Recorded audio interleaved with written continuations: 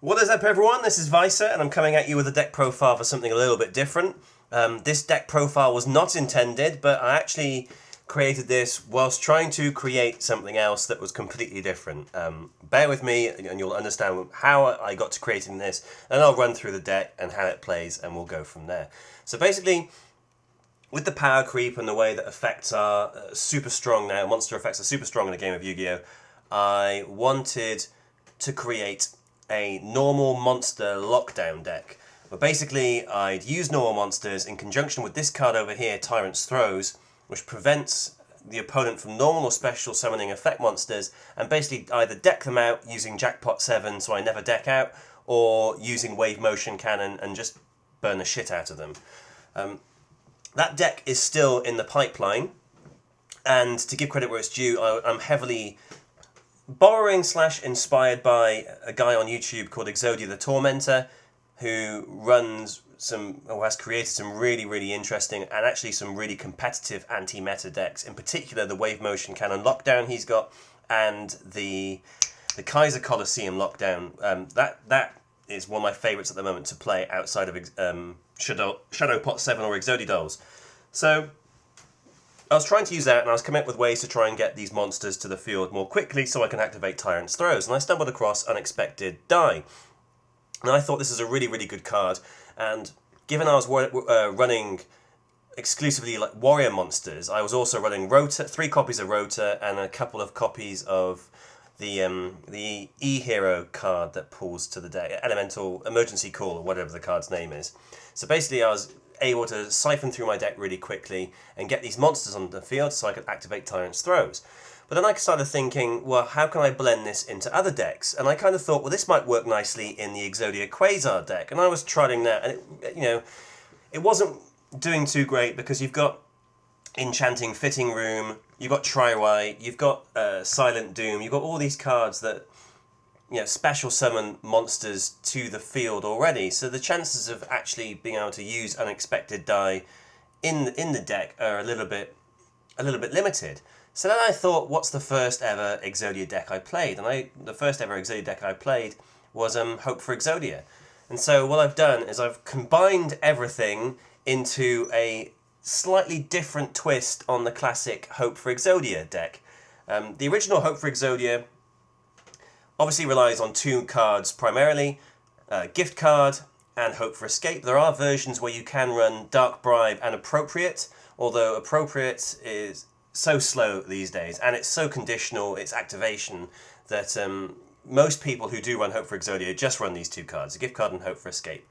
And so I've blended these guys into this deck to create something that's very similar, but doesn't have the same stall engine that Hope for Exodia does, because Hope for Exodia runs multiple copies of Waboku, Threatening Roar, Swift Scarecrow, Battle Fader, and Card D. Well, Card D is not for stall, but basically it's got about 12 to 15 stall cards in the deck, with 1 day of peace, etc. So I created something here that actually draws through the deck pretty consistently. You can get through in 2 turns. I have been playtesting it on Dev Pro, and you can get through in 2 turns. However, 3 tends to be the more realistic number that you draw into it. However, it's not a bad option, and versus the original Hope for Escape, that normally takes between 3 or 4 turns to get going anyway. So this might be a little bit quicker. So I'll just run through the deck and explain a few bits and pieces, particularly what's going on in my side deck. So 5 copies of Exodia. I mean, obviously the head, arm, and legs. That is your win condition for the deck. You have no other outs. 3 copies of Swift Scarecrow. This is the only stall card I'm running in the deck, these 3 copies of Swift Scarecrow. You could argue that Chicken Game is stall if your opponent doesn't decide to blow it up, but Chicken Game is in here more for its upstart, draw 1 card effect. The fact that you don't take any damage if you've got lower life points is just a bonus. And more often than not, people are going to figure out what you're doing and they're going to blow up Chicken Game anyway. So 3 copies of Scarecrow, 3 Chicken Game. This works really well with Hope for Escape because you're just taking away your own life points. With Upstart, you're giving your opponent life points. So you're just increasing that gap in life point difference so that Hope for Escape can have as big an impact as possible.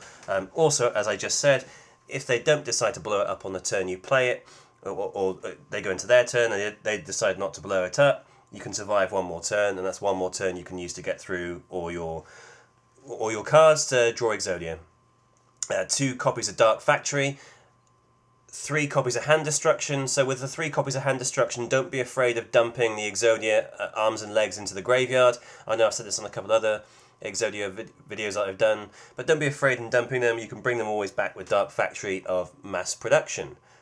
1 Day of Peace, an utter staple for any anti-meta deck. 3 copies of Duality. 1 Temple of the Kings. I'm only running 1, and I'll come into sort of the various little breakdowns of my side deck in just a moment, but I'm running 1. This card works really, really nicely in the deck, and one of 2 ways. You can either use it as MST fodder by throwing it up first before playing Chicken Game, or you can throw up Chicken Game first, hope they MST it, and then your Temple of the Kings is normally pretty good to play. Really good for getting off the extra draw that you might need. For instance, say you've got Reckless Greed in hand and you want to get it off. You might then draw into Hope for Escape, which means you can set it, and ergo you can activate it in your opponent's turn. You're just getting through the deck that much more quickly. Temple of the Kings is not as good as it used to be, but is still a very, very underrated card. 1 Terraforming, just for deck thinning. 2 Unexpected Die. This special summons 1 level 4 lower normal monster from the deck. Of course, you've only got 4 cards to be going for, which is why I'm only playing 2, but you're going to be special summoning your arms and legs in defense mode and then playing White Elephant's Gift to get them to the graveyard. 3 Upstart, 3 White Elephant's Gift. This draws 2 cards when you send a non-effect monster you control to the graveyard. So you can summon the Exodia arms and legs and play this, or ideally, Unexpected Die, summon a leg or arm, and then White Elephant's Gift, because then it's not only drawing, but it's deck thinning as well. 1 copy of Gift Card. I'll come into this again. Basically, with Pot of Duality, Temple of the Kings, and Gift Card, the number of those you can run can differ. I have found that this, for now, is the better variation of it, but that's not to say that it is the definitive version of it. But Gift Card, yeah, increases your opponent's life points by 3,000. Obviously, with Upstart and Chicken Game in effect as well, when you eventually go into Hope for Escape, you can get some serious pulls off the back of it. So Hope for Escape's at 3, 3 Legacy of Yatagarasu, and 3 Reckless Greed. Now, the 3 cards I was talking about, Pot of Duality, Temple of the Kings, and Gift Card, I have, and I suppose Unexpected Die as well, but less so with that. I was running 3. I really do think 2's a much better number because you've only got so many targets to go into. But I was playing 2 Duality, it's now at 3, and I was playing 2 Gift Cards. So I've taken out the second Gift Card to run a 3rd Duality. Now you could run a second Temple of the Kings in place of Duality, in place of the 3rd Duality, but you can only activate 1 effect of Temple of the Kings once per turn. So these guys don't stack. So if you've got 2 Temple of the Kings on the field, you can't get off both cards activate a trap turn and the turn it was set effect. You can still only activate 1 trap card. Yes, it does increase the likelihood of being able to go off on a few more crazy trap draw plays, but if you open with 2 of them, it's, you're pretty well dead in the water. So I am running just the 1 Temple of the Kings. Now, you can experiment with 2, but for now this is the version that I'm happier with. The side deck, as usual, consists of ideas, but I was trying to operate a normal monster Heart of the Underdog deck as well, which is why there was a 3rd Unexpected Die, because I had more normal monsters to go into. I was also playing another tuna monster. I can't remember which one it was now. It might have just been a normal, actually, but I'm sure it was a tuna monster. Galaxy Servant, of course it was. So I was running Galaxy Servant as well, and just trying it out to see if Heart of the Underdog, with Cards of Consonance and with some normal Dragon-type tuners, did work.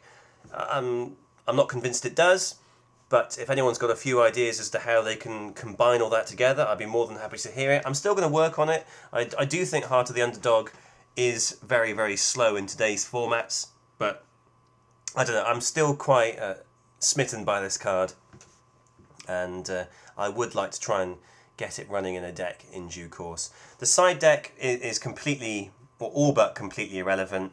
I said the synchros are in here because I was running those tuners, so obviously Formula Synchron and a couple of other randoms. My usual staples of number 13, number 31, and this little guy over here, number 63, of course find their way into the side deck as well, but the likelihood you're going to have all 4 pieces of Exodia, or the normal pieces of Exodia on the field to go into 13 and 31 without Soul Charge, which is in the side deck, is very, very, very unlikely, because we're not running Threatening Roar, which prevents attacks, or Waboku, which stops monsters being destroyed. So there you have it. This is a much quicker version of Hope for Escape. So, I don't know, Hope for Escape version 2.0, I suppose.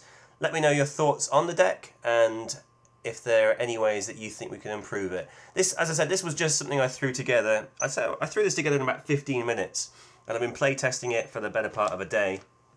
And actually, it plays pretty consistently. The only deck this really tends to have trouble with is Necros, just for Trishula, but then most decks are going to have trouble against Trish.